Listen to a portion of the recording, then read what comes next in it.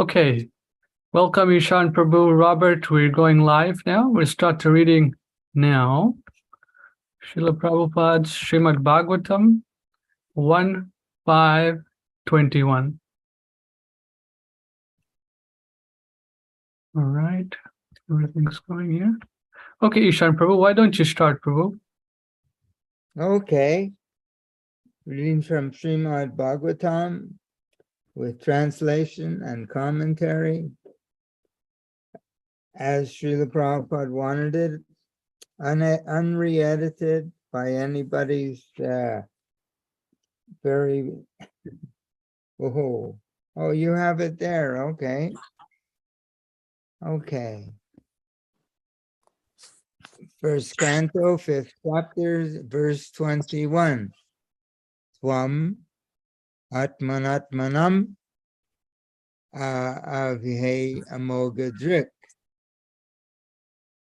Parasya pumsa paramatmana kalam ajam prajatam jagatam shivayatan maha nubhava you dayo diganyatam.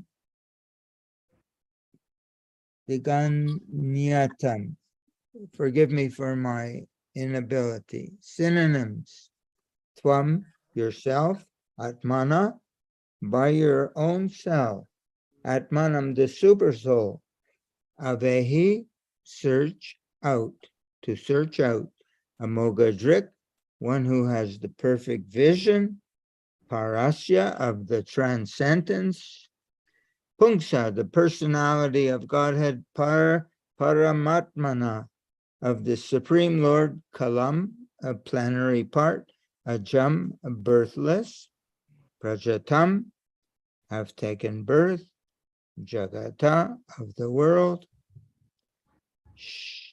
Shivaya, for the well-being; Tat, that; Maha, Anubhava, of the Supreme Personality of Godhead;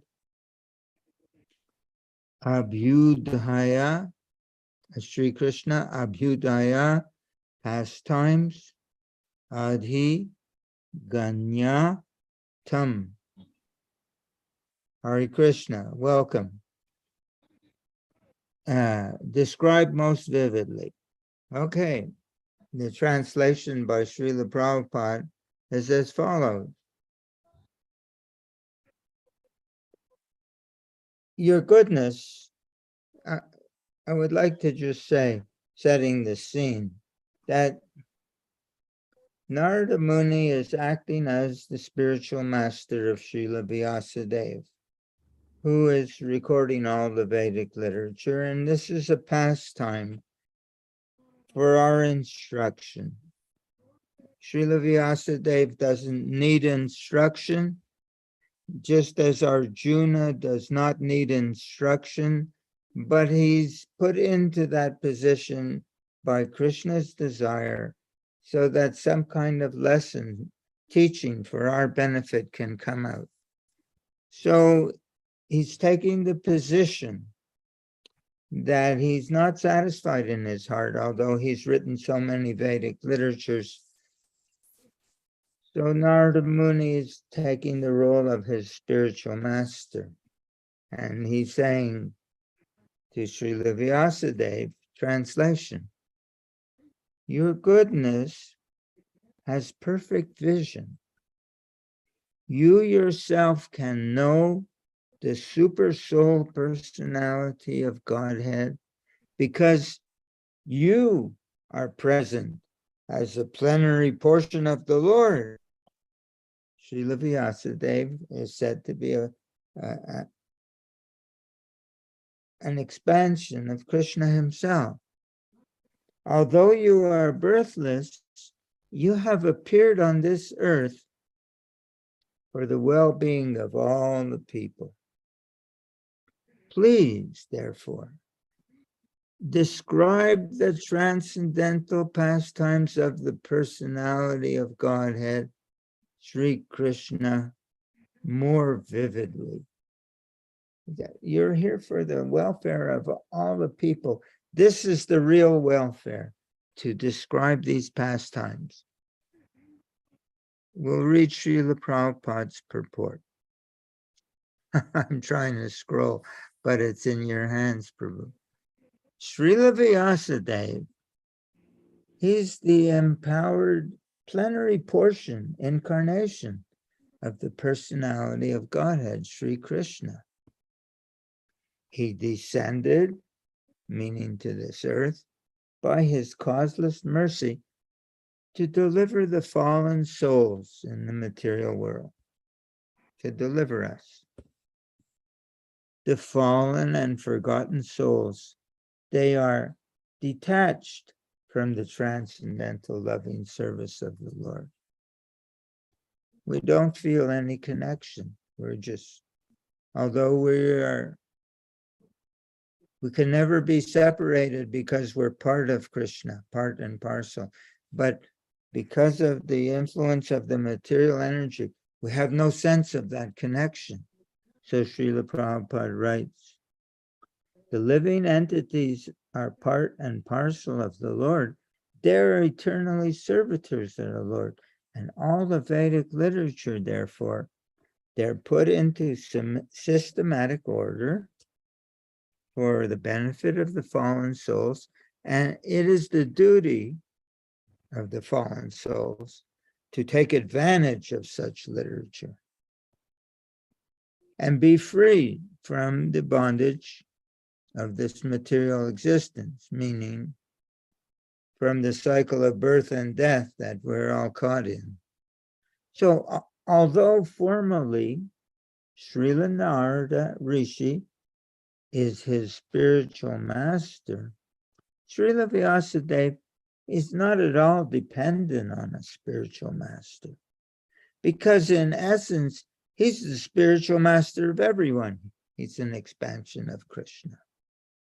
But because he's doing the work of an acharya, meaning one who teaches by example, he has taught us by his own conduct that one must have a spiritual master, even though he is God himself.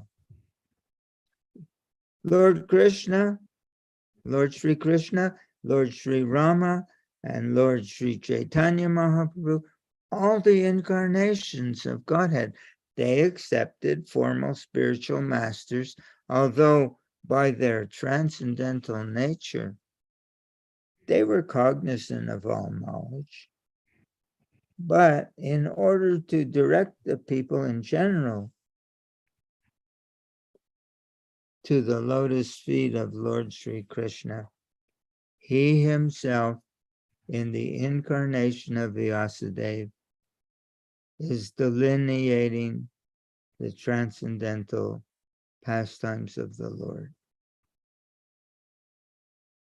Amazing. Yeah, so they're playing these things, taking these roles, but it's for teaching us. Yes. Arjuna, he's Krishna's intimate associate. They're friends eternally.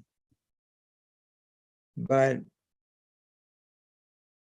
Arjuna takes the role of someone who's covered by illusion. He says, now I'm confused about duty because I've lost my intelligence and I'm all disturbed. I don't know what is right and what is wrong. Please give me your instruction. And Krishna says, Kutas tva kashmalamidam. How have this impurity come over you, Arjuna? He's smiling, Krishna is smiling. But he knows very well why Arjuna is having this. He has put Arjuna in this position so that Arjuna will have to ask questions and Krishna will answer those questions. And we will be able to hear that philosophy is for us. So this is the way that Krishna teaches us sometimes. So, and the same thing is going on here.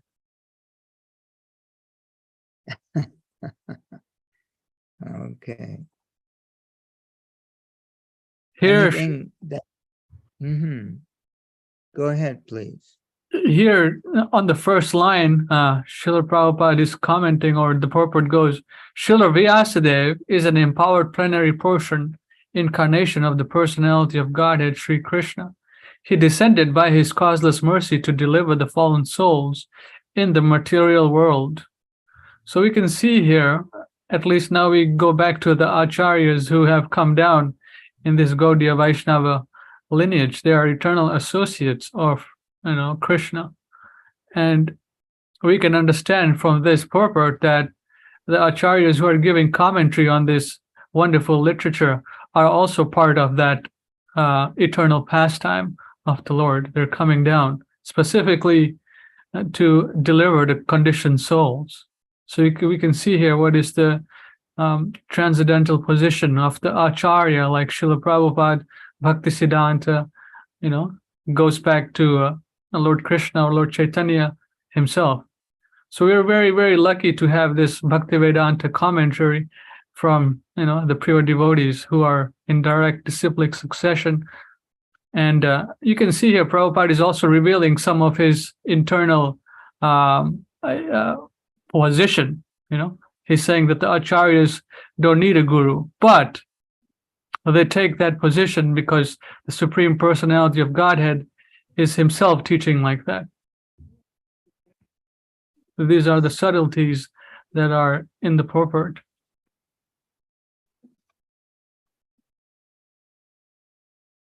So Prabhupada didn't need a guru? Yes.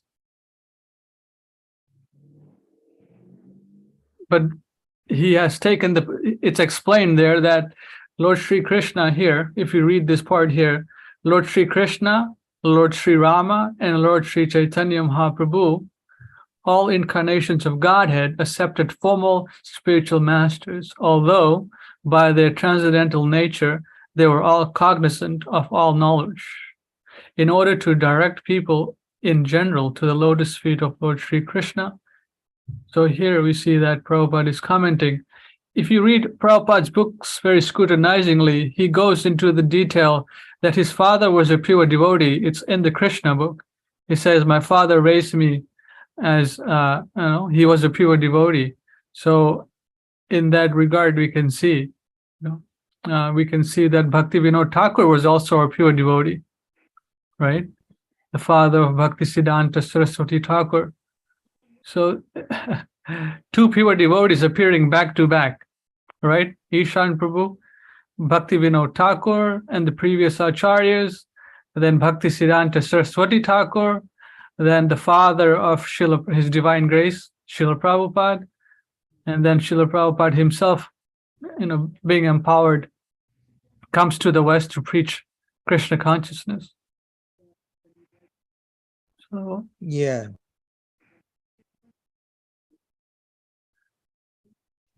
The acharyas don't always take the role of an acharya right away. They very often take the role of a conditioned soul, and at a certain point in their life, they then begin to manifest. Srila Prabhupada writes in one letter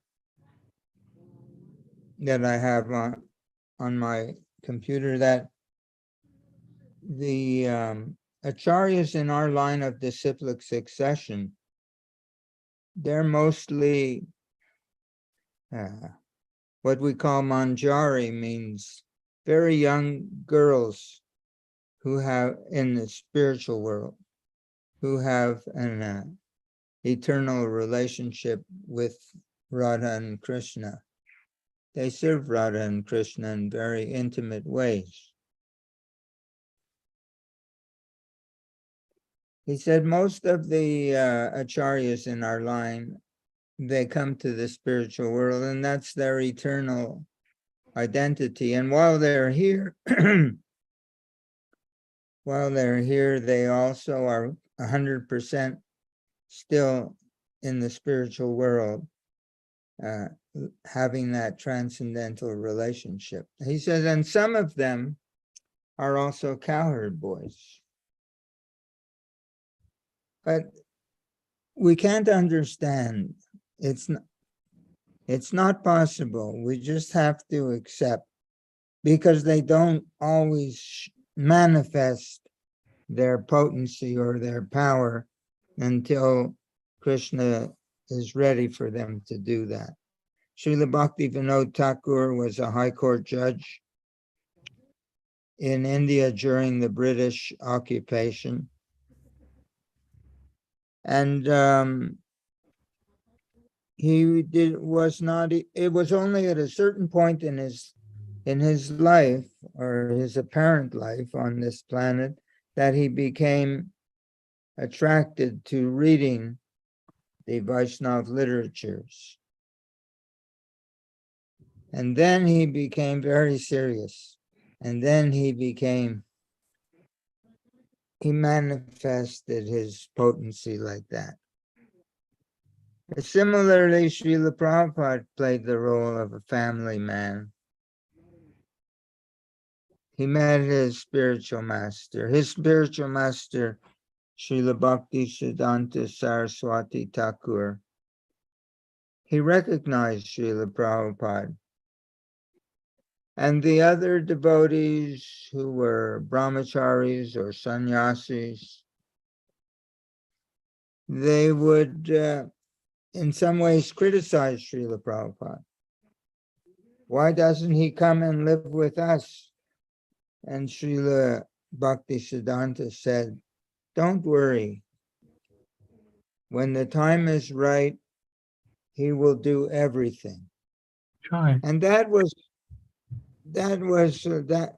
like in 1920s or something like that, where Srila Prabhupada met his spiritual master as a young man. And he didn't act on the order of his spiritual master to spread Krishna consciousness to the West until 1965. He arrived here in the Western world. So he was a very successful businessman and a family man and all of that. But who can understand? It's just part of Krishna's pastimes, and they are part of Krishna's plan, and it works that way. Even in the Bible, I was reading that Jesus didn't begin his preaching until he was in his 20s. He was, and the people in his village knew him as the son of Joseph, the son of the carpenter. But look how powerful he was. So, so this is, they play the role of a material person to show us how we are to go about taking shelter of a real spiritual master, and then follow his instructions.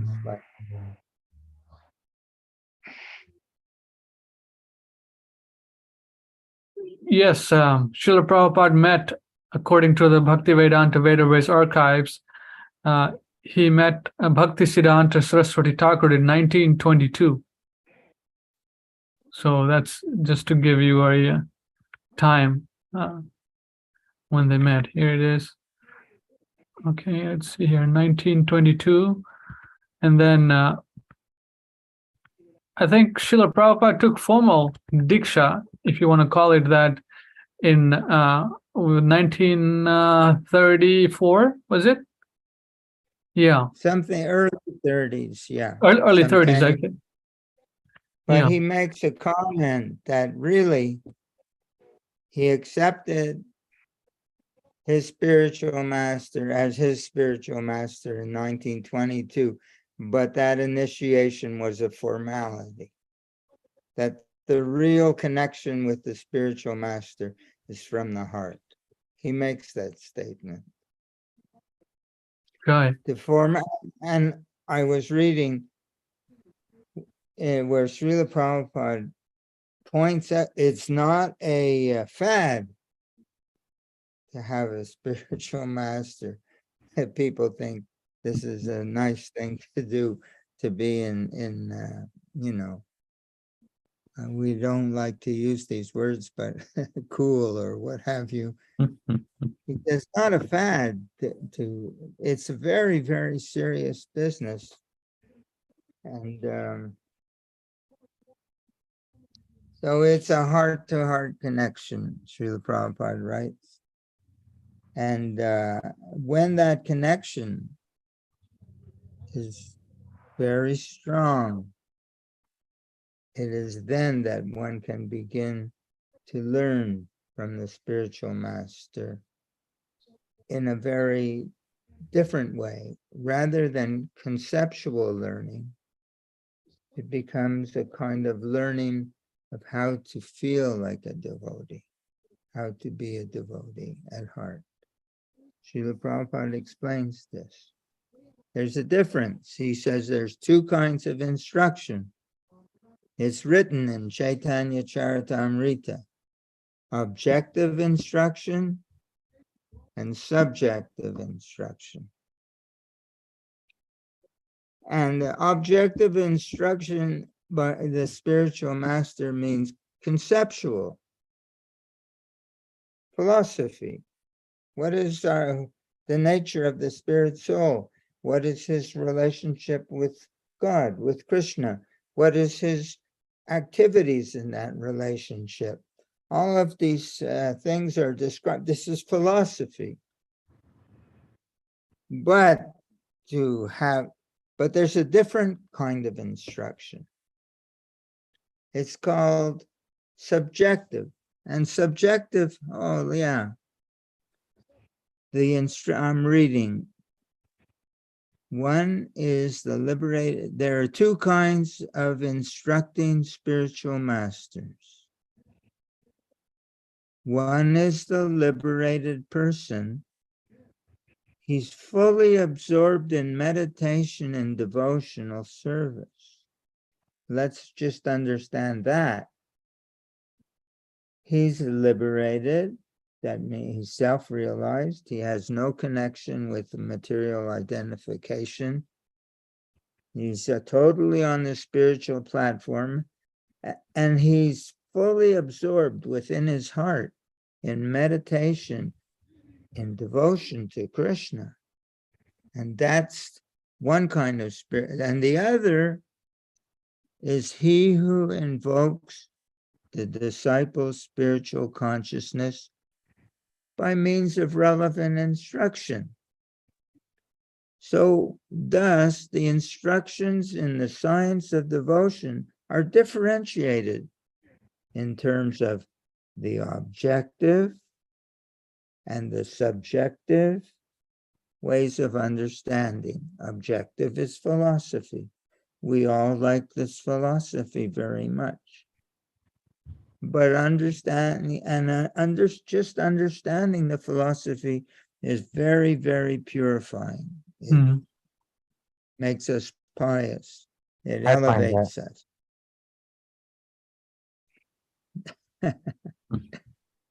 He said he likes it. In the science of devotion, they're differentiated in terms of a subjective way of understanding.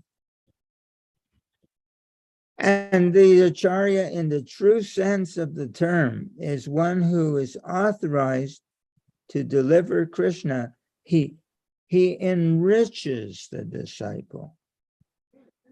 That we become enriched with full spiritual knowledge, and thus awakens him to the activities of devotional service.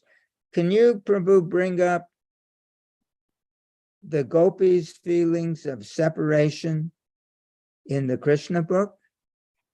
Okay, let me look it up. The first page, that Okay. word enrich is still there. That is used on that page. What word is it, Prabhu? Enrich. Srila Okay. Prabhupada said here that the Acharya enriches the disciple. And Srila Prabhupada will explain what enrich another way. And we'll see that enrich again in the 25th verse in this chapter that we're reading from Bhagavatam. 1 second, Prabhu. Let's see here. Sure. Here's Computer. the word enriched coming up in the gopis feeling separation. This is the one, right? Here it is, Yeah. chapter Hold 30. on. So it is Srila Prabhupada is talking about when we advance in Krishna consciousness. Okay, let's go up to the top of this page. Can you do that? Okay, let's go to the top of the page. Okay. So Should I go more? No, that's good. This is where it starts. The gopis of Vrindavan were so attached to Krishna. It's very nice to read these things. They weren't satisfied simply with being with him at night to do this rasa dance. They wanted to associate with him and enjoy his company during the daytime also. When Krishna went to the forest with his cowherd boyfriends and cows, the gopis did not physically take part, but their hearts went with him. And because their hearts went, they were able to enjoy his company through these strong feelings of separation. We call that Vipralamba Seva in Sanskrit. To acquire this strong feeling of separation, this is the teaching of Lord Chaitanya and his direct disciplic succession of Goswamis. They're teaching, this is what they want to teach us. When we're not in physical contact with Krishna, we can associate with him, like the gopis, through feelings of separation.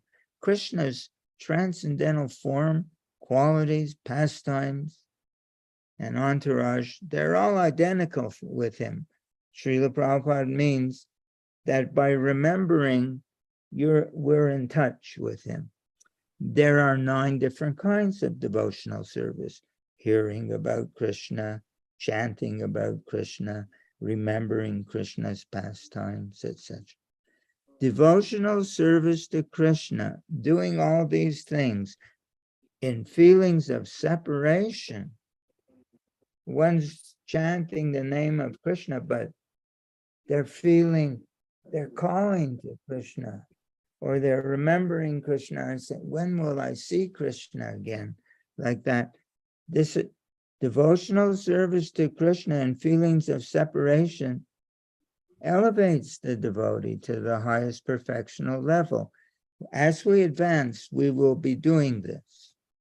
We'll be chanting japa, but it won't be because we're being obedient, but we'll have a longing to be with him, Krishna. So devotional service to Krishna in feelings of separation elevates the devotee to the highest perfectional level, to the level of the gopis. It is stated in the prayers of Srinivasacharya, he's praying, recognizing the 6 Goswamis of Vrindavan, that they left their material opulences of government service, they were the greatest aristocrats, and the princely status of life They went to Vrindavan, where they lived just like ordinary mendicants. They were begging from door to door. But they were so much enriched with the gopis' feelings of separation that they enjoyed transcendental pleasure at every moment.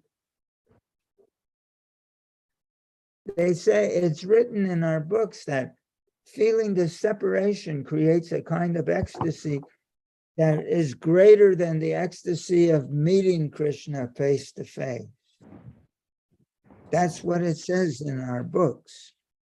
So it's saying here, Srila Prabhupada says, they were so enriched with the gopis' feelings of separation that they enjoyed transcendental pleasure at every moment.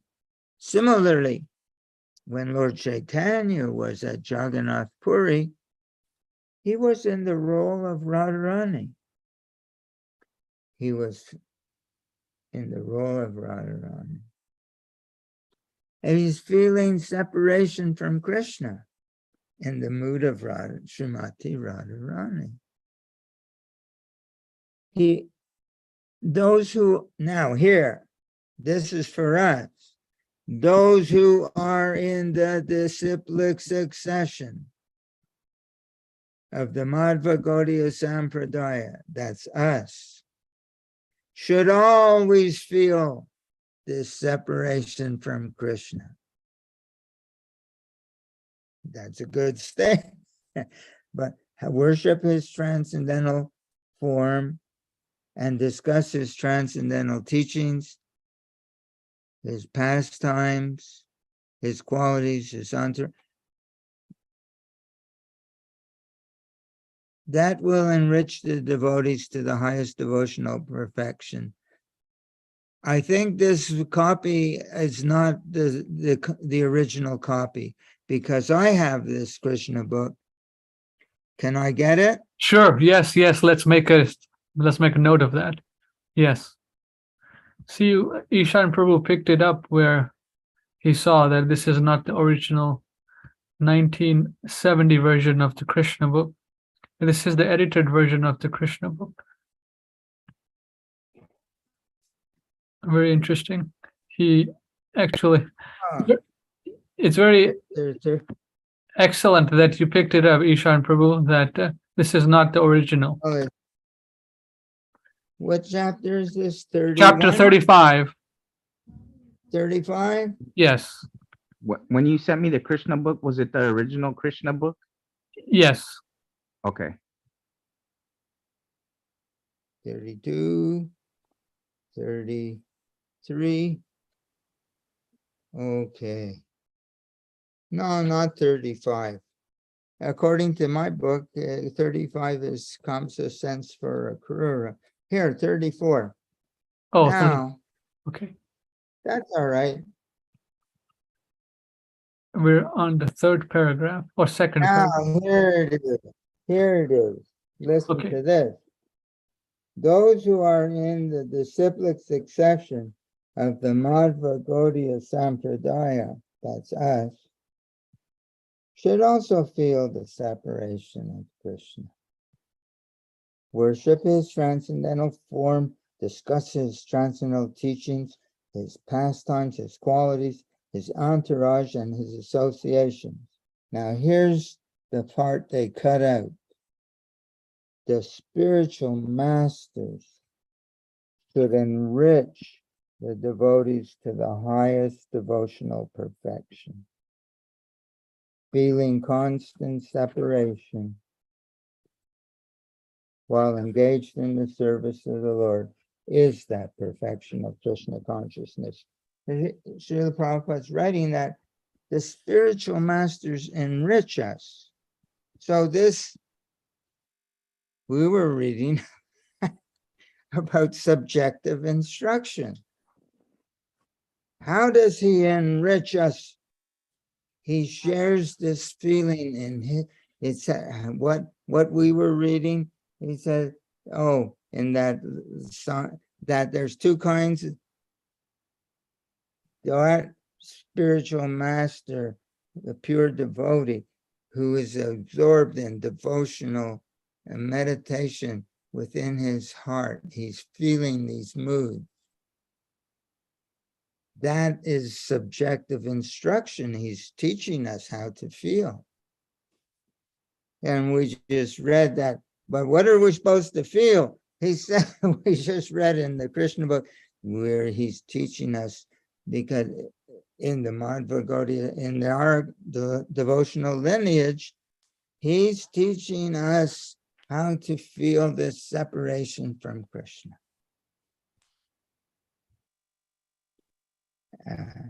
This is, there you got. this is the original one. Yeah. So Is it from the chapter first- 34 or chapter 35? On the original is chapter 34. So they changed the whole chapter. That's horrible. Yeah, you see the difference here. Ishan Prabhu picked it up by reading. But the point is, let's learn what this is, the science of Krishna consciousness. This is the science of Krishna how one becomes a devotee. We learn from someone who has perfect devotional feelings towards Krishna by intimate heart-to-heart association with him. We can imbibe the taste of his devotion. We're in reading Srimad Bhagavatam now. We're reading Srimad Bhagavatam, verse 21. If you go to the purport of verse 25, can you do that? Yes, Ishan Prabhu, 1 second. Sure. And thank you. This is what no one talks about. 1525. Let's go 1525. Yes.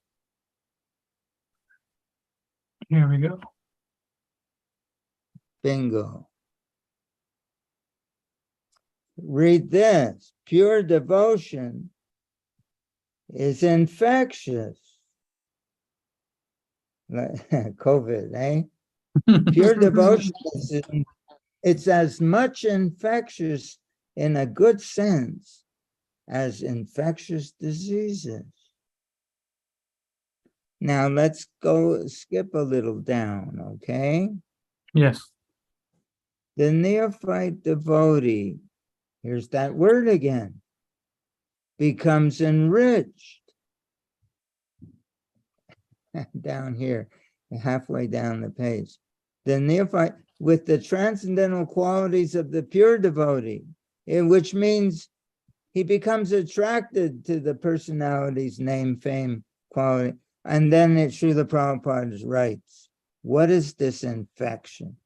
Infection of the qualities of the pure devotee. In other words, becoming infected with the qualities of the pure devotee means to imbibe the taste of devotion. And then he says, now, this next sentence, this taste, this transcendental taste at once makes all material things distasteful. Have we ever heard that before? The devotees, prema bhakti yaha hoite avidya vinashayate. The devotees sing this every morning in Guru Puja. From him, ecstatic prem emanates. Love of Krishna. Just like light emanates from the sun. Love of God, love of Krishna emanates. By him, ignorance is destroyed. Now, how is it destroyed? It's written right here. Infection of the qualities of the pure devotee means to imbibe the taste of pure devotion. And the next sentence is, this taste makes all material things distasteful. That's how the ignorance is destroyed. It's the same thing written here in different words. Prema bhakti yaha hoite avidya vinashayate. From him, love of God emanates. By him ignorance is destroyed. And here in this purports that infection of the qualities of the pure means to imbibe the taste from him, right? Hmm. And next sentence, this taste makes all material things distasteful. By him ignorance is destroyed. Same message, different words. Hmm. It's everywhere. So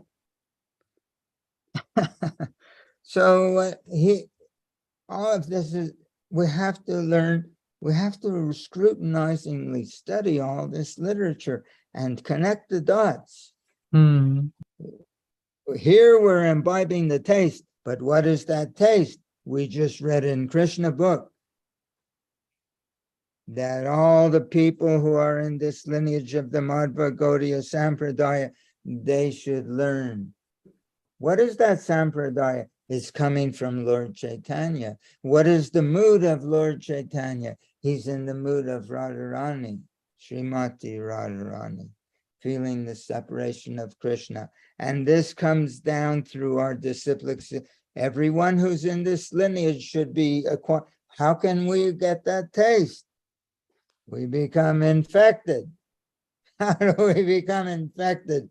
By having a subjective instruction from our spiritual man. What is subjective instruction?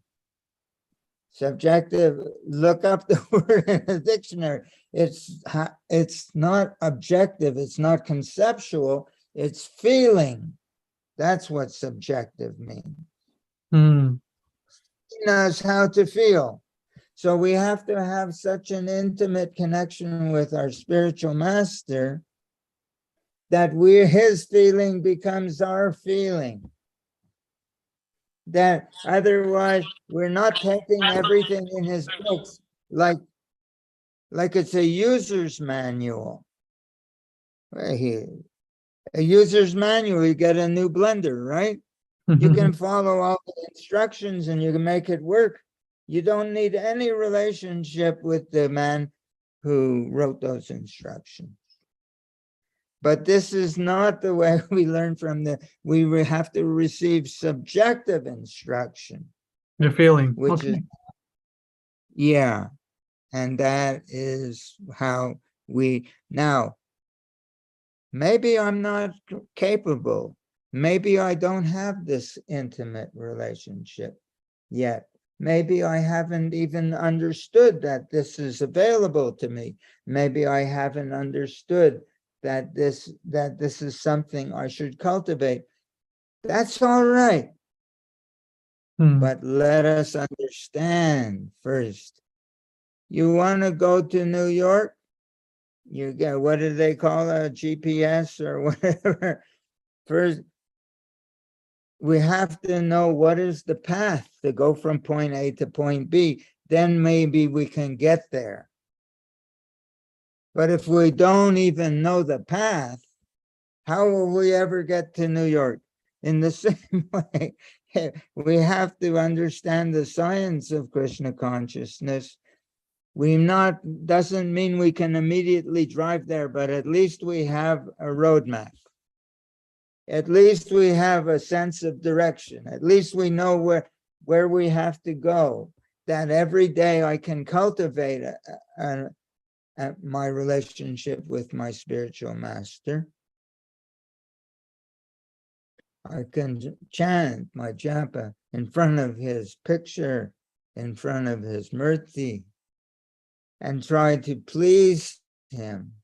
I can try to do everything to try to please him. And as much as we try like that, we will begin to have a sense of reciprocation. That it's not just a picture. He's there. And we can feel his presence. Then we have something.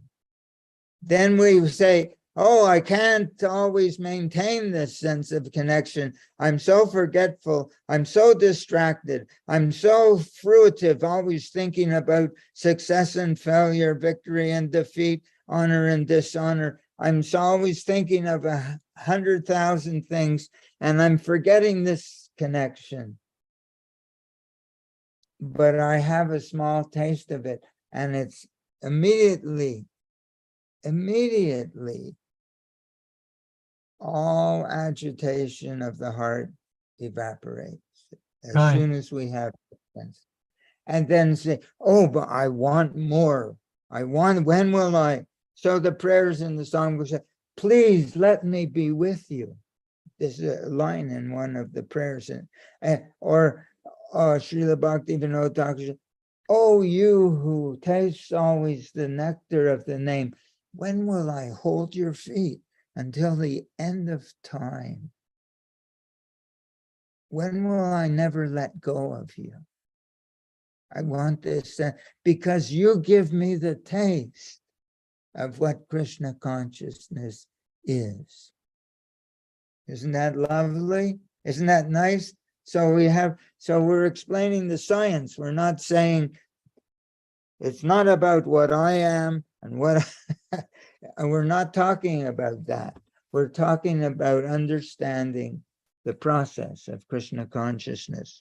So if we have that goal, then gradually we can cultivate it, each in its own way. As much as we want is available.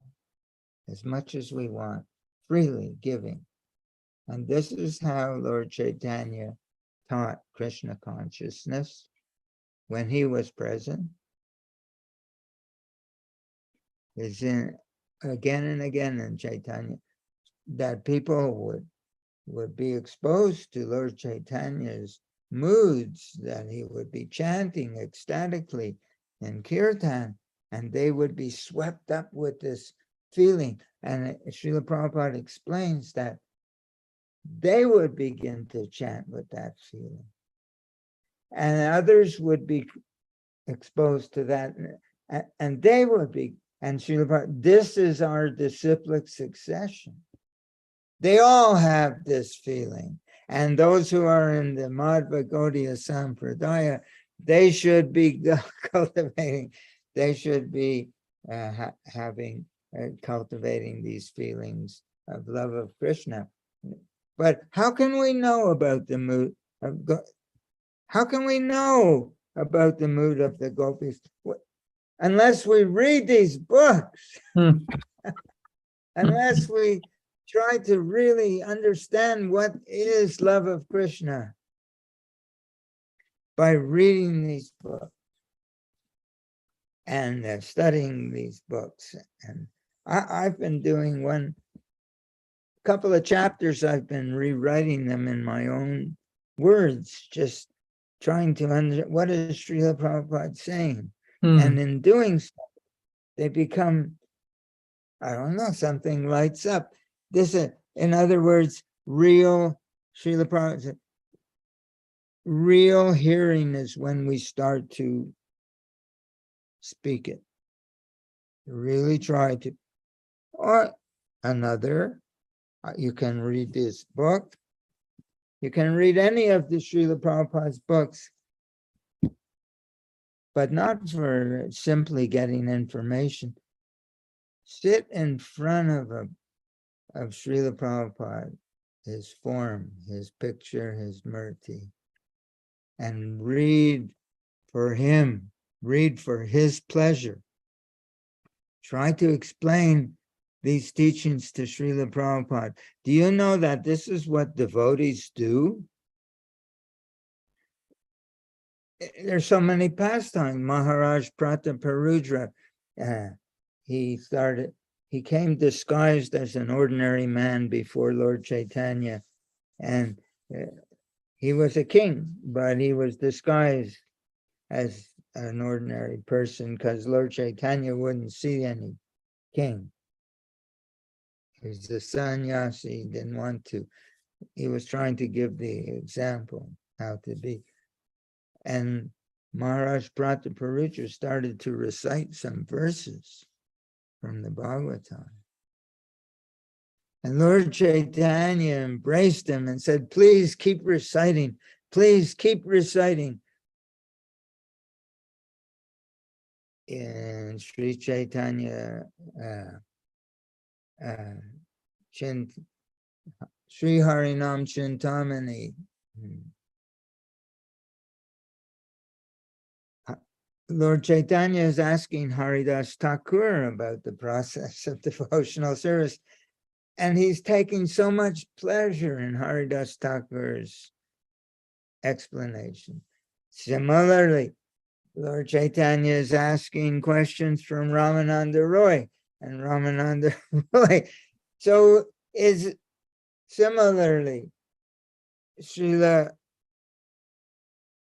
Ishwara Puri was the spiritual master of Lord Chaitanya, and his spiritual master was Madhavendra Puri, and he was reciting for the pleasure of Madhavendra Puri. So this is very, very much the way in which we can serve our spiritual master.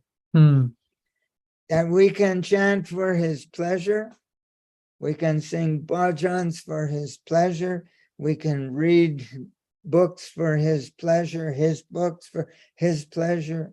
When we do that, we'll be able to understand his books, because he will share a deeper understanding with us. There's so many ways to practice Krishna consciousness, but everything I'm trying to convey is that all in our relationship with our spiritual master, and he gives us the taste, and he reveals the inherent or the confidential beauty of these books. Are what is this book is called? A literary incarnation of the Supreme Personality of Godhead. That means that we're directly in touch with Krishna through these books. So to have that experience will only come by the mercy of our spiritual master. It will only come by his mercy. And it's a personal relationship. In Bhagavad Gita 434, Tadvidi Pranipatena. Upadekshanti te jnanam. Tadvidi Pranipatena Paraprashnena Sevaya Upadekshanti te jnanam Jnaninas Tattva Darshan. He's a Tattva Darshi. Tattva means the absolute truth, Krishna. Darshan means he has the intimate relationship, association with Krishna. That's the person who should be your spiritual master, because that's what Krishna writes in that verse. You find the self-realized. So then inquire from him submissively, the self-realized soul. So Srila Prabhupada said, inquiry, submission, and service. So what is the inquiry?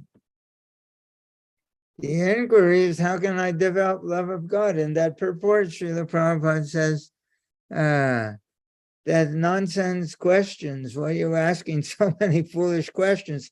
Your real question is, how can I get this Krishna consciousness?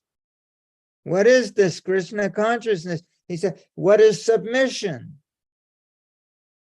Submission means I want to enter into this relationship whereby I receive subjective instruction. That's what submission means. So then he said, Srila Prabhupada says in this purport, that when And service, what is the service? Service means now I engage in practices of Krishna consciousness with what I've become enriched with that subjective instruction. He's giving me the mood of devotion. Now I practice this mood of devotion in the association of my spiritual master, and that's my service to him. So he says, so Srila Prabhupada writes in this purport that when the student is submissive to that subjective instruction and always ready, last sentence, and always ready to render that service, when the submission is there, now he can qualify his service and always ready to render that service. The reciprocation of this knowledge and this inquiry, what is this love of God? That becomes perfect. Sure. So now, people, I think, unless there is submission, inquiry from the spiritual master will not be effective. 5 lines up from the bottom. And one must be able to pass the test of the spiritual master. In other words, he's aware of us, and we have to please him. It's not a mechanical process. I do this, and I don't do that, and it will happen. No, this is a personal relationship. Because he's a transcendental being, time and space are irrelevant. He's always there. He's always there. We had last week, one person was asking about this idea that the spiritual master has to be alive and to hear from him. Know that Srila Vishwanath Chakravarti Thakur, he became the disciple of Narottam Das Thakur. He accepted him as his spiritual master. There was 100 years between them. He never met Narottam Das Thakur, and but he studied his books. He read the writings of Narottam Das Thakur. The prayer to the spiritual master in the temples, Guru Puja, that is the writing of Narottam Das Thakur. That's one of his poems. So, Srila Prabhupada arranged, Srila Prabhupada had 5,000, 6,000 disciples. Most of them never heard from him in person. Do you think that they can't become devotees? So then Srila Prabhupada said on his will, his last will and testament, legal document, that there can be new GBCs appointed, new GBC members to administer the affairs of the society. There can be new GBC, you'll find it online, Srila Prabhupada's will. New GBC can be appointed, but all of them must be his disciples. It's in his will. So that means, but they can't hear from him, they'll say, because he's not present. And but that's not valid. They can become his disciples, and they can. So this person, whoever, what was his name? Ulysses. Who? Oh, Ulysses asked a question about Gaur Govinda. No, I mean Gaur Govinda. Gaur Govinda is making his own philosophy. It's not our philosophy. Why he made that philosophy, I don't know. Why he's changing this understanding, I don't know. What is Rupa, I muted you. Your voice is cutting out. So can you go ahead, Rupa? Now, let's see. can you hear me? Yeah, now you're good. Okay, I was just wondering what was Gaur Govinda's philosophy that Prabhu is talking about?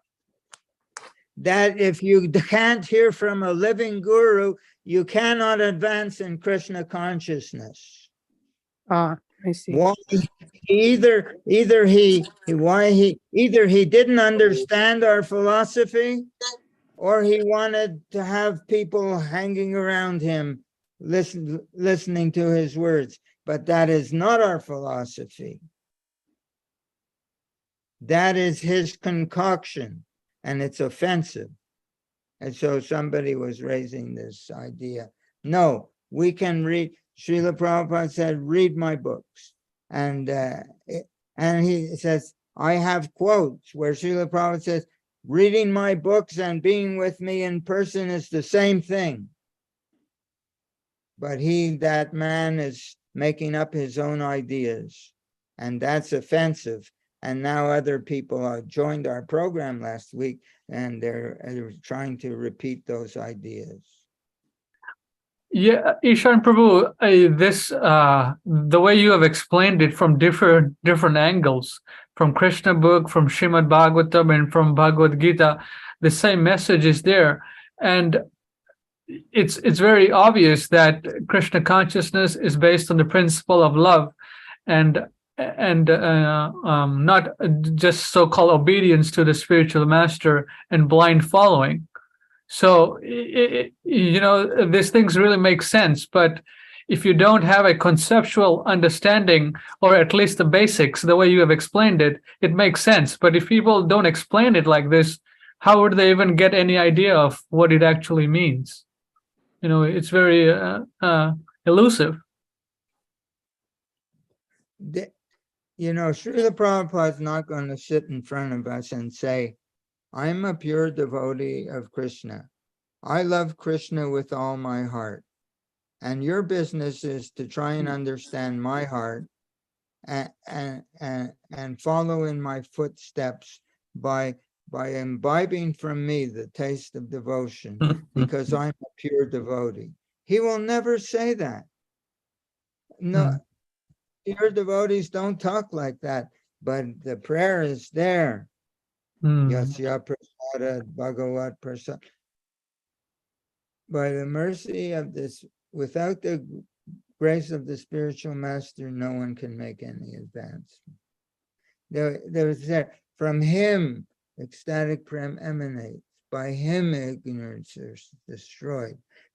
So then, but the devotees sing that. Not only sing it every day, they say the English translation or Spanish translation or Hungarian they say the translation every day, but it has to enter into the dull brain. Now, if what I'm saying, it's everywhere in the books. So what does it mean?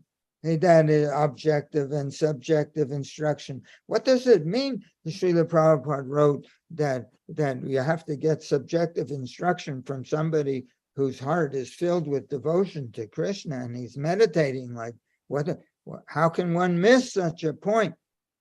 Therefore, we have to read and really want to understand. If you go to Tesham Satata Yuktanam Bhajatam Priti Purvakam in Bhagavad Gita. Can you find that? Was it 10:10 or 10:10? Okay, let me look it up. Yeah, because this point is being addressed to answer your question. Tesham Satata Yuktanam Bhajatam Priti Purvakam Tadami Buddhi Yogam Tam Jainat Samprasidati. Yes, you're right, Ishan Prabhu. That's the verse. 1 second. Here we go. Sure. Now you asked, how come people are not, how did they get to understand that? Okay, so Krishna says, to those who are constantly devoted and worship me with love, to those people I give the understanding In other words, revelation comes after love is there. People want to say, when I have revelation, then I'll have love. But Krishna's saying, no, when you have love, then you'll have revelation. Now, can you scroll up a little bit to the purport? Here we go. Somewhere near the bottom, let me see the whole thing. He said a person may have a bona fide spiritual master, right? Yes. Last paragraph. Yes. He may be attached to the spiritual organization. Yes. Still, he's not intelligent enough to make progress. Like you were saying, how does he understand him? How does he understand, you were asking? If he's not intelligent enough to make progress, then Krishna from within will give him instruction so that he may ultimately come to him without difficulty. In other words, the qualification is that the person always engage himself and with love and devotion. So if one is sincere and devoted, the Lord gives him a chance to make progress. In other words, if we really want to know, then when we read, it will make more sense. It's up to how much we desire to advance. Srila Prabhupada says that's the measure. That's the only thing that we really need, to have this ardent desire. And as much as we have the desire, Krishna brings all this into focus for us. Because it's right there in the books. I want to be a devotee and I have all these books. So all I have, Krishna is talking to us through these books. So if one is reading these books and he's not hearing these things, there's something missing. And it's only a question of how much we want. I'm not saying anything that's not in the books. So Srila Prabhupada says, if one is sincere and devoted, the Lord will give him a chance to make progress. And he said, a person may have the bona fide spiritual master. He may be attached to the spiritual organization. Oh, I'm a devotee, I have my badge. Yes. It's formal, but it's nonsense. We're not here to be a member of something. The membership is to help, just like we're helping each other by focusing together on this subject matter. But just to be a member, I have a picture. Here's my spiritual master, and his picture's in my wallet. I put it in my back pocket, and I sit on it. But still, Srila Prabhupada, if he's not intelligent enough to make progress, Krishna from within gives him instruction. He helps us to understand. So, you're allowing me to speak like this. The people who are here in touch with this program, you're giving me permission to speak like this. You're wonderful to listen to, Prabhu. No, you're wonderful. We're on the same level. I can't talk unless you would give me permission. I mean permission from your heart to say such a thing. I've been thrown off of an online program for saying these things. How can you talk like that? We have no love. We have no this. We have no that. You're a sahaja.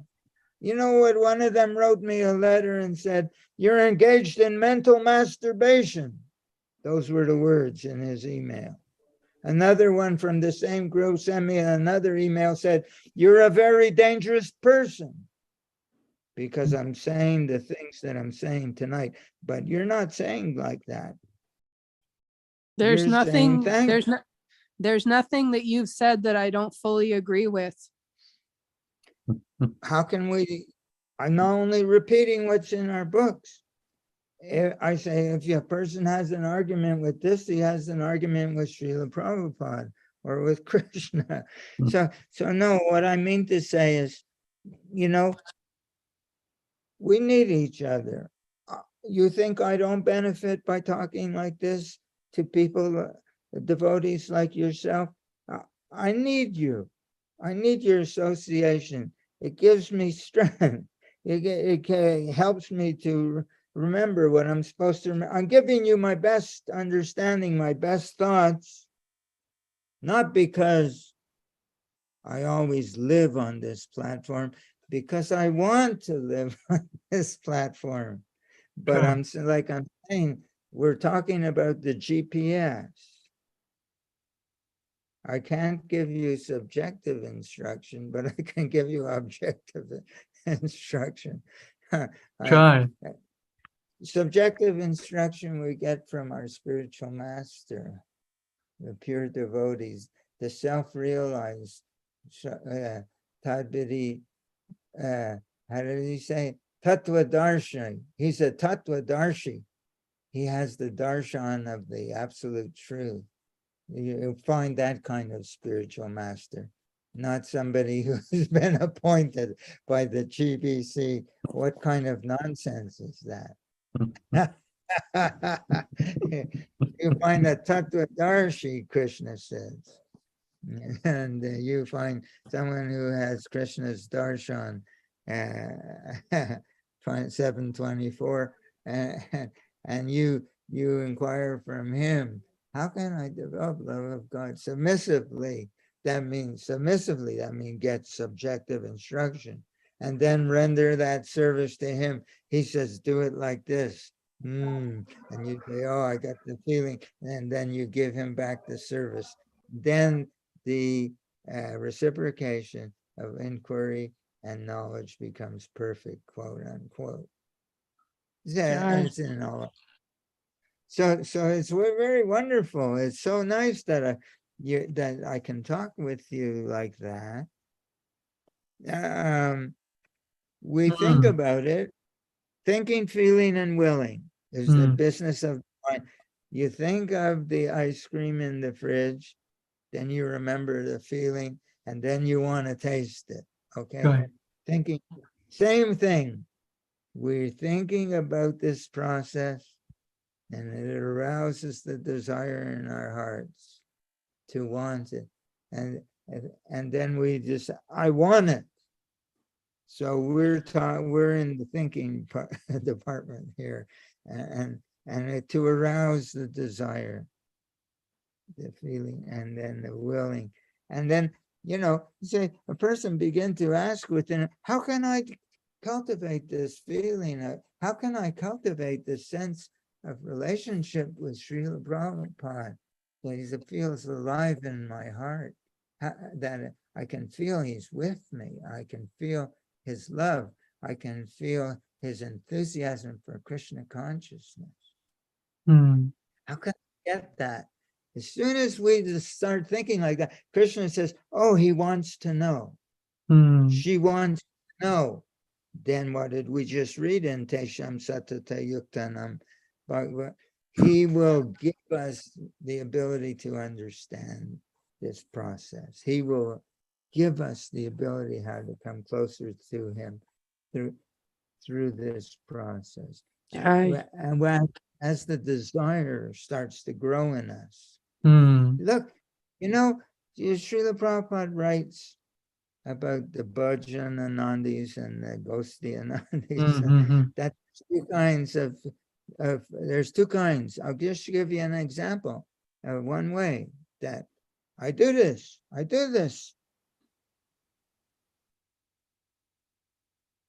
He says that a real devotee should desire for the welfare of all living entities. So what is the welfare? It's not to give them food or new clothes, or and it's to enable them to break out of the cycle of birth and death. That's the real welfare. But only no one can do that unless they develop their love for God. It doesn't. The Gyanis and the yogis can't do it. Nobody can do it. The karmis can't do it. There's so many processes. Only Bhaktya Mama Bijanati. I do not reveal myself to anyone except those who love me. That's the Krishna said. So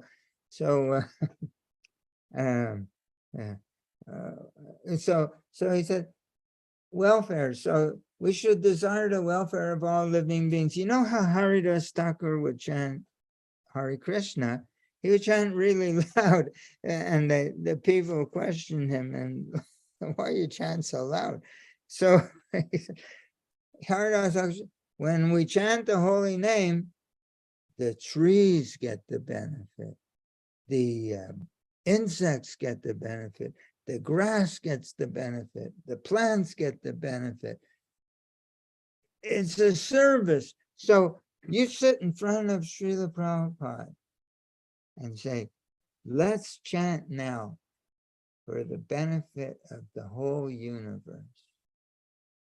Right. Just sit and begin chanting with sincerity, and he will light up for you. He will be so pleased with you that you're taking this attitude, because he loves this attitude, because he is this attitude. He's only here because he wants to help everyone. That's his only business here. And when he sees that we are taking this attitude, he takes so much pleasure in it. You'll become very dear to him. So you can do, and you'll feel his, so that then you and Srila Prabhupada, us and Srila Prabhupada, we're chanting together for the benefit of the whole creation. Right. That anyone can do this. It's a meditation. Anyone can do this. And that's another way to get closer to Srila Prabhupada. So one can chant for him. When I chant for, everybody's different. We're all different. As Srila Prabhupada says, we approach. But when I chant japa for Srila Prabhupada, I garland him with the holy name. Okay? In my mind's eye, I have a beautiful picture of Srila Prabhupada. Okay? Here's a picture. This is Srila Prabhupada. Okay? Now, I built this frame myself in my workshop. Okay? I made Srila Prabhupada a little house to sit in. Now, I come in the morning, I bow down before Srila Prabhupada. He sees that this wretched person is coming. Anyway, he said, so when I chant japa, I surround Srila Prabhupada with the sound vibration of the holy name. Now, I'm not ecstatic by chanting the holy name, but he loves to hear the holy name. And the more I try to please him, the more he seems to light up. I can feel his presence, his pleasure. That is how I am becoming a little bit Krishna conscious, by feeling his pleasure. Then I say, go to the next step, next round. Srila Prabhupada, let's chant for the welfare of the whole creation, the whole universe. And he lights up even more. He loves that. So I'm cultivating a relationship with my spiritual. This is the way I do my sadhana. Somebody, he writes me an email from India. He says, how do I, what is this inattentive chanting? I can't keep my mind on the mantra. Yeah, you're not, because you don't have a spiritual master. If you have a spiritual master, you're supposed to know everything. Quote unquote. So how can one get a taste? Only by associating with a spiritual master. But it's incremental. When he's really pleased, he can open the door and all of a sudden you're with Krishna. But you have to start, we have to start somewhere. Is a so Joy. no, Hare Krishna. I'm a silly person, but I'm trying to share something.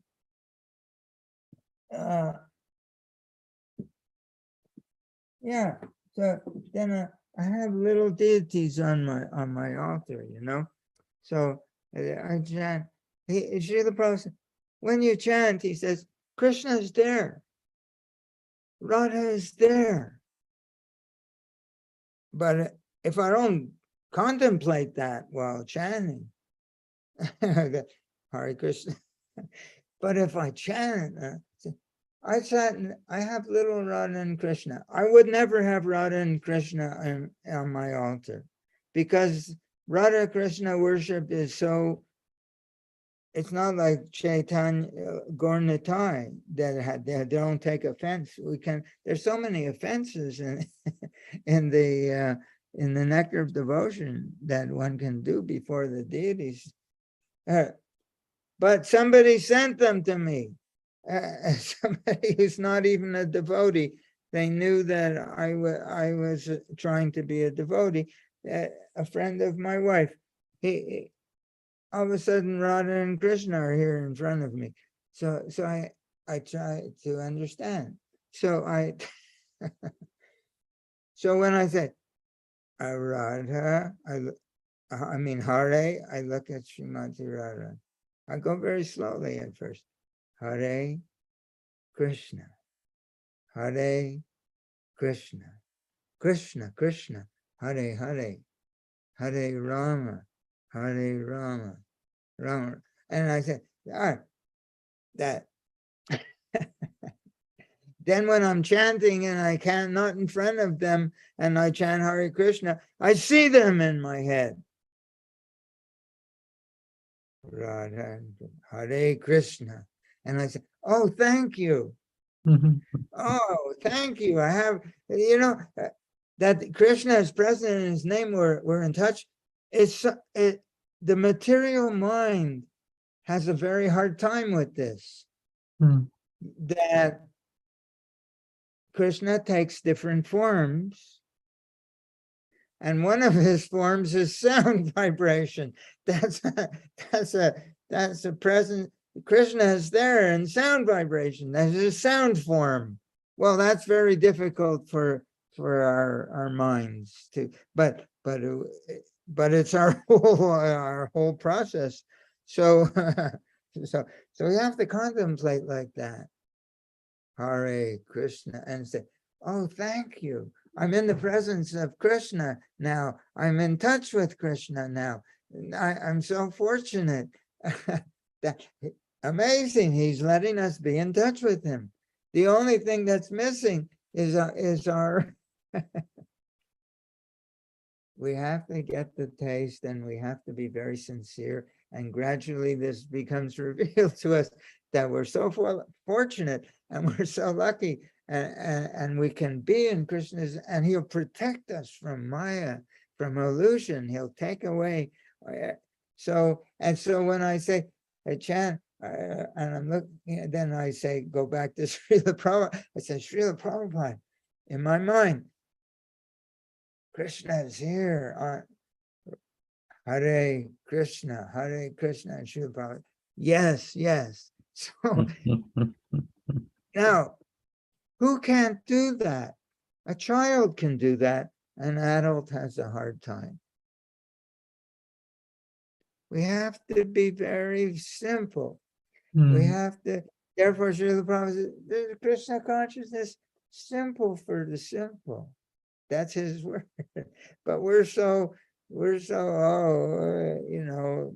complicated in our head and conceptual and all.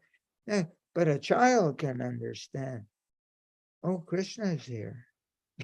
So we have to become like very simple, like child. So it's only a question, Srila Prabhupada, of understanding and accepting, quote unquote.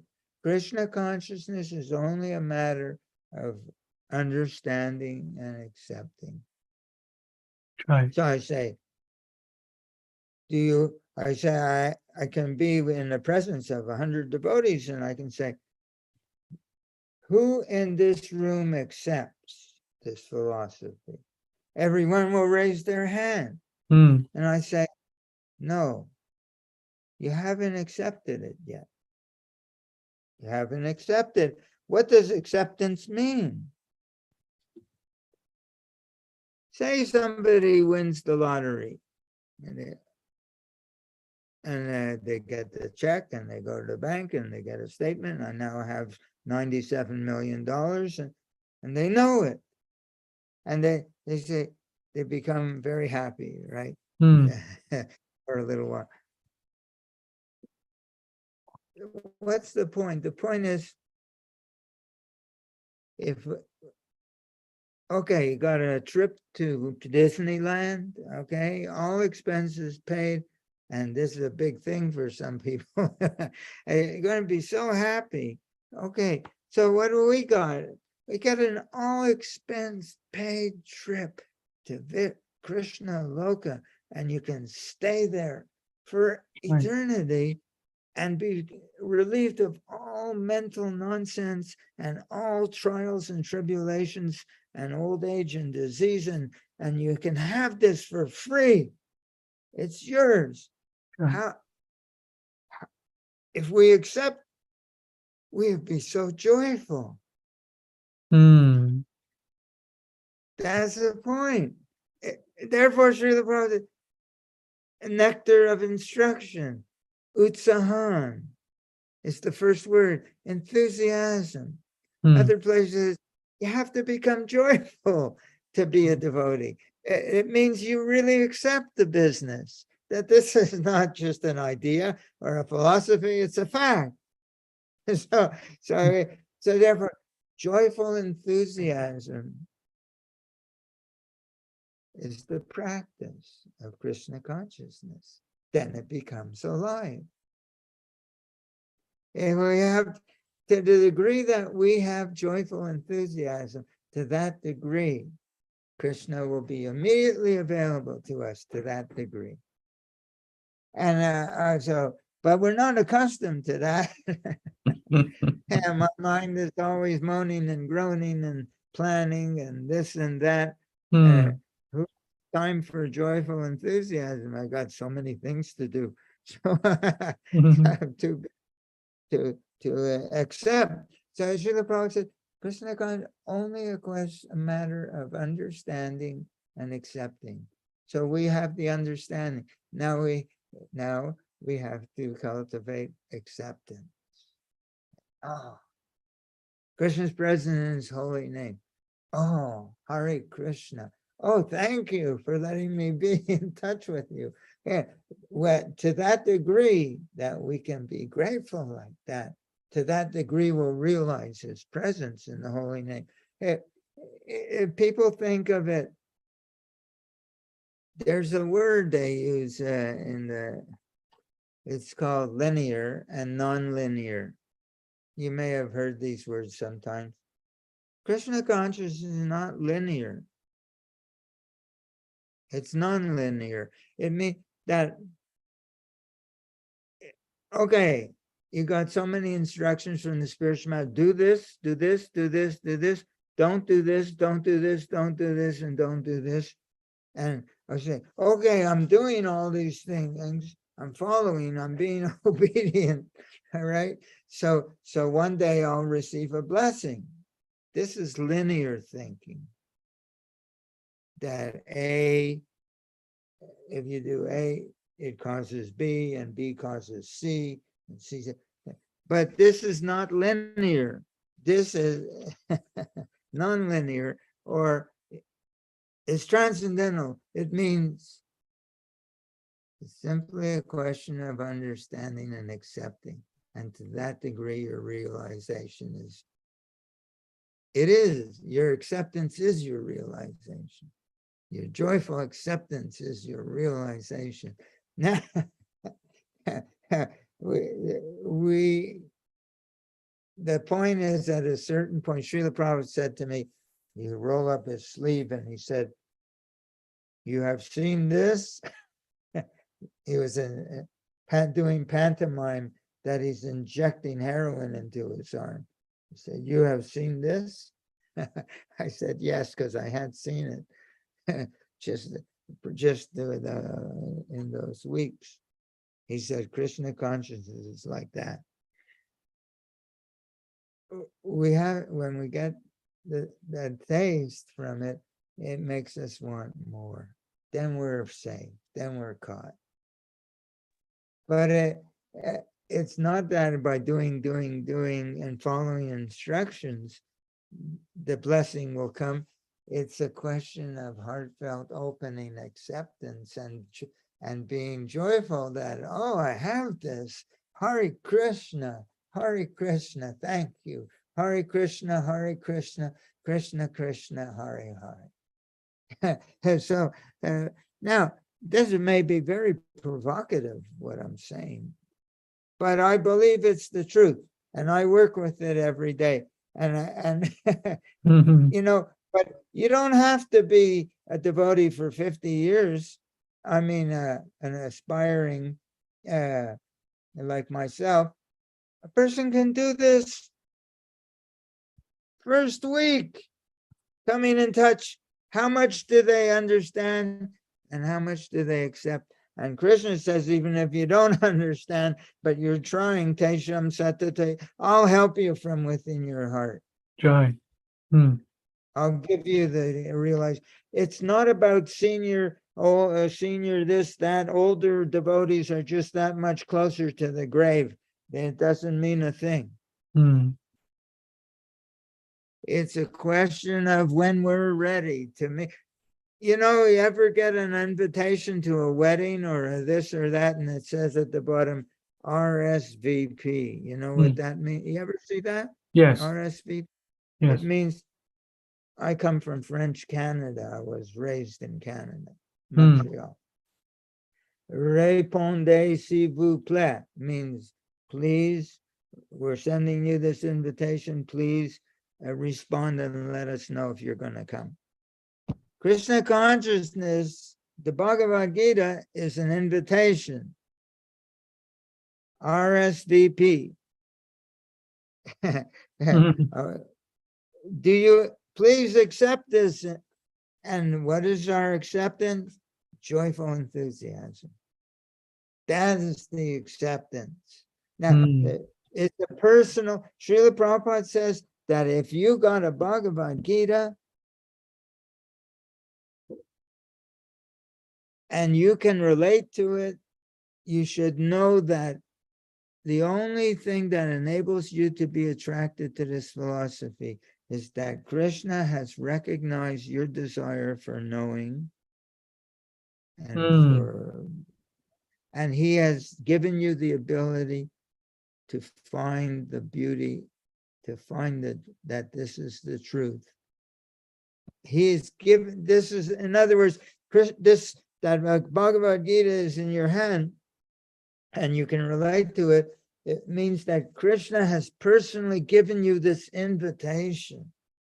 Otherwise, you wouldn't be able to accept it. Other than another person going to look through, what is this?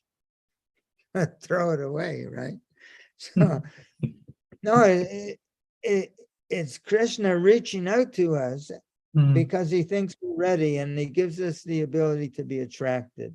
And so he said, this is his RSVP. He says, think of me, become my devotee, worship me, bow down to me, and you're going to come to me, I promise you.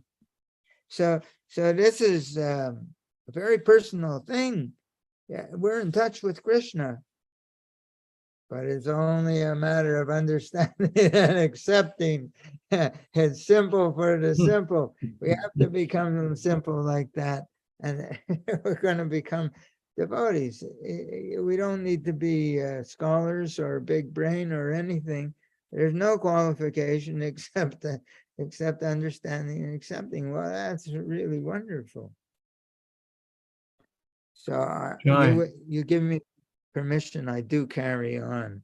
I know, but I, but it's wonderful that I'm so grateful to you people that you give me a chance to talk like this. Yeah, I can't talk. You can't talk like this. You can't even talk like this to other devotees. I got banned from their class for talking like this. No, but that's not important. What issue did they have with you? They said I was a sahajiya. That Why? you can't have love. Because I said you can have love for your spiritual master. And they said, well, we can't. We're not capable. We can only be obedient. And I said, no, I'll show you in the book that Srila Prabhupada writes in Chaitanya that if one has love for the spiritual master, everything will be revealed, quote unquote. And so many other, I got a whole thing, love for the spiritual master. If you're with me, I'm with you. As Srila Prabhupada writes, I'm in your heart. Well, he says, if you love them, they're always in your heart. Srila Prabhupada says, no, Bhaktivinoda, when will I hold your feet till the end of time? You can't hold someone's feet if you don't love them. It's not possible. You say, oh, please let me be with you, another bhajan. Or he says, yeah, I have another file, but I got to print them out so I can have them at hand. But it says, yeah. One question comes up. We know one question comes up here when I was reflecting on what we've been talking about, that when Srila Prabhupada was manifesting the Krishna consciousness movement, he did it very wonderfully. And was he emanating this from his own heart and giving it to his disciples who are accepting it to some degree? You have you ever seen these videos? Memories? Yes. No, of Srila Prabhupada giving class? Yes. Have you ever seen him sing Jai Radha Madhava? Yes, I've seen that. Yes. Have you ever seen him that for 1 minute he's singing the line and his whole face is filled with some kind of longing? It's so intense, and then next minute he's just looking around the room. And then yes. That is subjective instruction. He's sharing his inner feelings with us. He usually doesn't. He acts he's teaching what separation means, feelings of separation from. He's singing with a longing. So I learned how to get a photo from a video. You stop the video. I got the instruction. I'm going to get some pictures of him and put them. Srila Prabhupada's sharing his mood with us. So generally, he was just very, very affable. But not everyone see him the same way. Not every. I've seen Srila Prabhupada at different times. I was giving him daily massage, okay, in England. So, who can understand? But somehow or other, Hare Krishna. But I was, and sometimes I see Srila Prabhupada. He was being interviewed by the press, and they're just asking questions. I was sitting in the room, and you see Srila Prabhupada surrounded by light. You could see a silver blue electric kind of what do you call it? Halo or I'm not sure, aura. Yeah, Hmm. aura, I guess. That he's not of this world. He has this immense, amazing spiritual energy. So, but that not everybody will see him the newscaster won't see him the same way. The newscaster said, I was listening to one interview, and the newscaster was saying, the person posing questions, I see that you're driving a very nice, nice vehicle. And Srila Prabhupada says, well, if the policeman comes to your house, you're very respectful because he's not the government, but he represents the government. He represents something. So he says the spiritual master represents God. He said, these cars are not enough. It should be a golden car. He says, because I'm representing Krishna. He says, but then what was I going with that?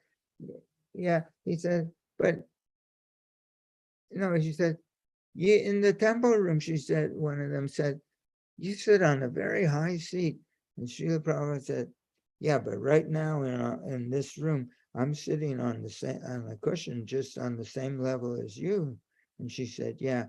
He said, that's because you're envious of me. So in order to have this interview, so I'm coming down to your level, So he blew her away, So Yes, I saw that. Yes. Because but yeah. So yeah, people had very different. Everyone had different experiences. I was speaking to one devotee, God brother of mine. He said when he first saw Srila Prabhupada, he felt that Srila Prabhupada could see his whole heart, and he had ever looked at him like that before. Everybody had different experiences, okay. but Krishna wants us to recognize as pure devotee, but he won't force it on us. It's more a question of how much we want. So the prayer in the song is, please let me be with you. Let me feel your associate, your presence. You can have as much sense of his presence today as the people who were with him every day didn't understand who he was. Therefore, he said, oh, he's passed away. Now we can sit on his chair. They never knew who Srila Prabhupada was, or they could never do that. They're the biggest offenders. They were, because they're more, but they were all not like, how do I say it? They weren't the average person in terms of, these were people who were more charismatic, more energetic, more confident, people who thought of themselves that I should be a leader, and other people. These were the people that Srila Prabhupada groomed to conduct, to administer to what he wanted to do in the world. Take charge of this, take charge of that, relieve me so I can write my books. So, but these people have big egos. They have big sense of self.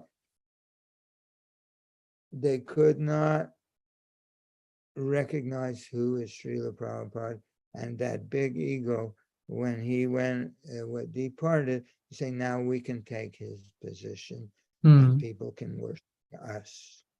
And they were the closest to him. He worked with them every day, sitting in his room giving instruction. And many times they did not follow his instruction, thinking they knew better than him. So it's a question how much we desire. And Srila Prabhupada's not hiding from us. He's canvassing and he's waiting for us to approach him in the right way. And therefore we read it in the Bhagavad Gita, when that submissiveness is there, and the desire and ready to render service from what I'm learning from you for his pleasure, then the reciprocation of inquiry and knowledge becomes perfect. He wants to give, but we have to convince him that we really want it. He's wishing to have it. He don't expect. If you're the preface again to Bhagavad Gita, the last sentence in the preface is that, you know how many million Bhagavad Gitas are this year. He says, we did this, he says, but I'm paraphrasing. If one person actually becomes a real devotee from reading this, from the distribution of this book, he says, I'll consider the whole business a success. Right. The whole thing. Because he knows what he's dealing with. So why does he say things like, to have a spiritual master is not a fad? Why would he say that? Because he's talking to us. He said, why would he say to have neck beads and tilak doesn't make you a devotee? He's talking to us. It's not a matter of becoming a member and now it's official. Now you're initiated. Now this, now that. So it's not. What is nothing. It's silliness. And so he's talking. Don't take it as a fad. It's a very deep, serious thing. Don't be a devotee. It's an invitation. It's cumulative. So whatever little thing we do, it goes on our record. But it doesn't. So it can take 1,000,000 lifetimes, or 1,000 lifetimes, or 100 lifetimes of accumulation. But it doesn't. But it doesn't have can to. Also, yes. Doesn't have to be. It's a question of how much we want. Yes. And because he's available, he's just wishing for us to be serious, so he can share it with us, the real business. Right. Yeah. Hare Krishna. Right. So, okay, we're coming down to the wire here. Our devotees here, Vinayak, Rupa, Robert. Any comments or questions or discussion you would like to make to here for our group here? Rupa, anything? Yeah, Vinayak is in India. Yes, Rupa. Oh, I just really much appreciated what Prabhu was saying about how Srila Prabhupada had a silvery blue aura. That's I can just imagine from his description what a glorious sight that must have been.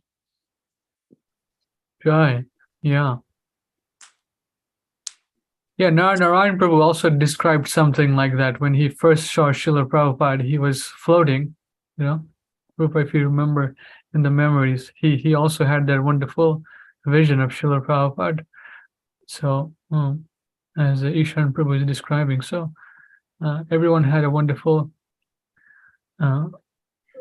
experience. So, Vinayak Prabhu, anything you like to say, comment? Hare Krishna. Yes, Vinayak Prabhu. Hare Krishna Prabhu.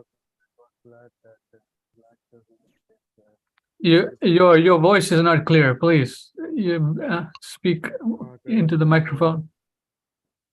Oh yeah, so I think it's much more clear now. Yes, bolo.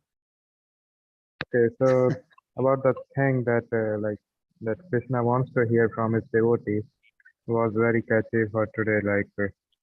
That it's a two-way process. That we get purified, we get taste in Harinama or speaking glories of Krishna, And on the other hand, Krishna also enjoys it very much. Hmm. So this concept is very nice. Like generally, for due to your efforts, we are able to associate with devotees like this, and Well, we would you're like to. Krishna is, I mean, you're desiring, so that's why you're hearing from the devotees. So it's not our, it's the devotees' desires, Krishna arranges. So it's not actually our doing. So you're very welcome, Prabhu. All right. Rupa, anything else? We'll conclude maybe then. That's it for me.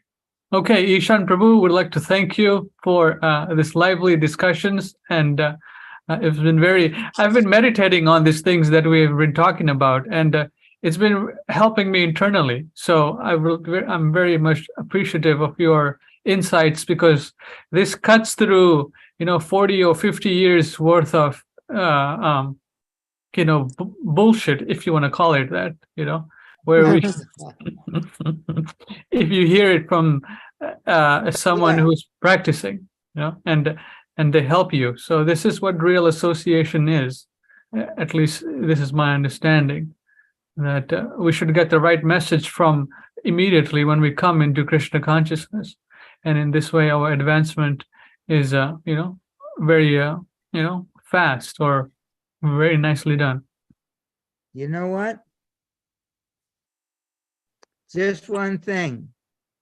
The people who come to Krishna consciousness 100 years from now will surrender more deeply than the people who are with Srila Prabhupada. When Jesus was here, he was saying, how long do I have to be with you people who have no faith? And these were, no, he did. It's in they couldn't understand, because he looks like another person. Why does Srila Prabhupada write in 100 places in his books, you cannot take the spiritual master as an ordinary human being? Because we do. Mhm. But if we hear about someone who was here 1,000 years ago, and he did this and he did that, oh, he must be some great person that we can surrender to. But that's why it's written in Nectar of Instruction that for neophytes it's very dangerous to be near a pure devotee. They can't. And one of the Srila Prabhupada said, one of the qualities of the Kanishta Adhikari is that he doesn't know how to relate to a pure devotee. He looks like one of us. And people think he's one of us. But Srila Prabhupada writes that all the mystic powers of the highest devotees in Siddha Loka, all their mystic powers, they can create a planet. They can be anywhere they want it just by thinking it. They can become smaller than an atom. They can become as big as a mountain. They can do all these things. He said, the mystic powers, it's in several places in our books of the powers of a pure devotee compared to the power of these great yogis. Their yogic power is insignificant compared to the power of a pure devotee. Joy. Shaktavesh avatar. Avatar means Krishna is descending in the form of his devotee. He's giving him power to he's an incarnation of Krishna. That's one way in which Krishna comes. As Srila Prabhupada, he can have as much power as Krishna if Krishna wants. We can, he said, you relate to the spiritual master as God. Shakshad Haritvina Samasta Shastri. Just as you would relate to he's the external manifestation of the Lord in the heart. Hmm. The yogis are trying to meditate on the Lord in the heart. You embrace Srila Prabhupada. Yeah, he's no different. He's the external manifestation of Krishna in the heart. Imagine that. Yeah. Just like the deity on the altar. He said, don't think that is stone, or it will always be stone for you. Hmm. But Krishna is here. Krishna is here. So he's the that's an external manifestation of Krishna. Srila Prabhupada is the external manifestation of Krishna in the heart, because we can't see Krishna, so he places himself on the altar in the temple as in terms of so-called material elements. Is an external manifestation of Krishna, and the spiritual master is an external manifestation of the Lord, who's in all-pervasive super soul. Right. That's who he is. He's an external manifestation of that. We read that verse in the Bhagavatam a few verses back. Your goodness is as good as the all-pervasive super Super soul, soul. and enter into the heart of everyone. Hmm. Sure. Wow, such a person.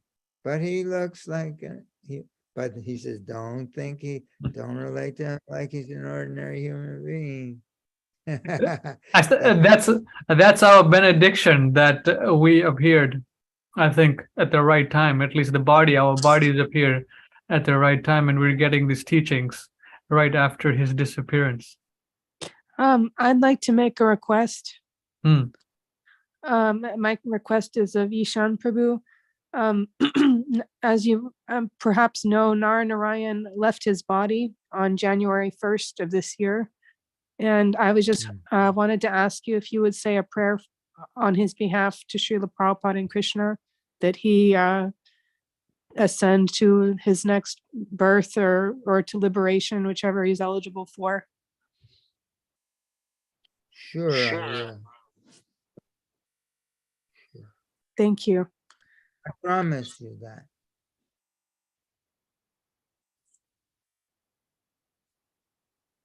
Jai. Thank you, Ishan Prabhu, for the wonderful and lively, enthusiastic Krishna conscious katha. I know over the days at work, I listened to these discussions over and over and over.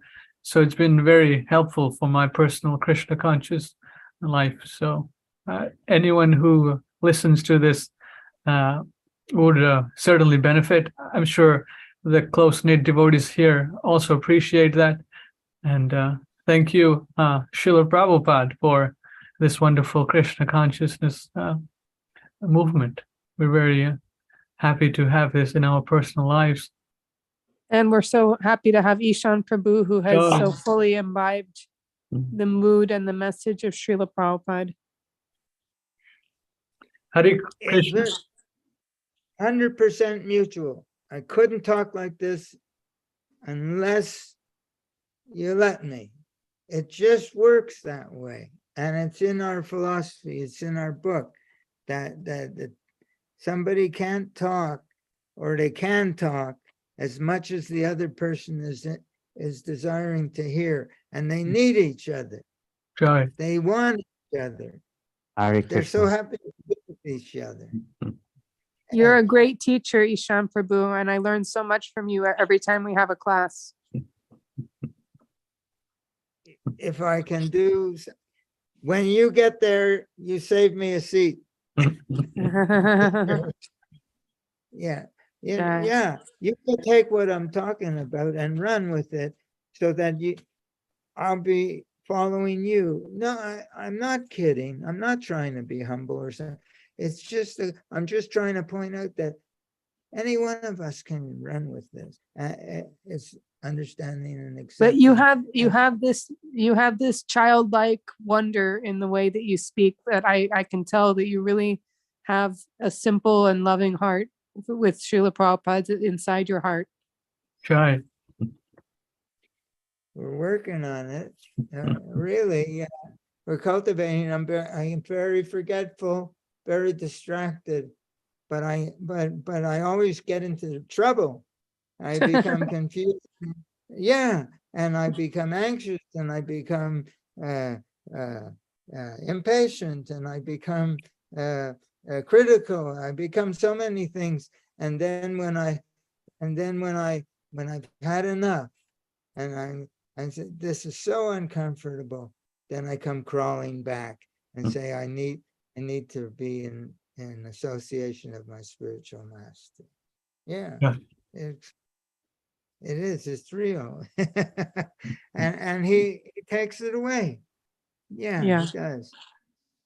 All right, Prabhus. Thank you, Ishan Prabhu, Rupa Manjari, Robert, Vinayak, our online viewers. We'll be reading from Srila Prabhupada Srimad Bhagavatam 1.5.22 next Sunday. Hare Krishna, all glories to Srila Prabhupada. Hare Krishna, all glories. glories to Srila Prabhupada, and all glories to Ishan Prabhu. Jai Ishan Prabhu. Thank you like so that. much, Ramachandra. Thank you so much for hosting. No problem. See you, all the Yeah. devotees, next week. Okay, Haribol.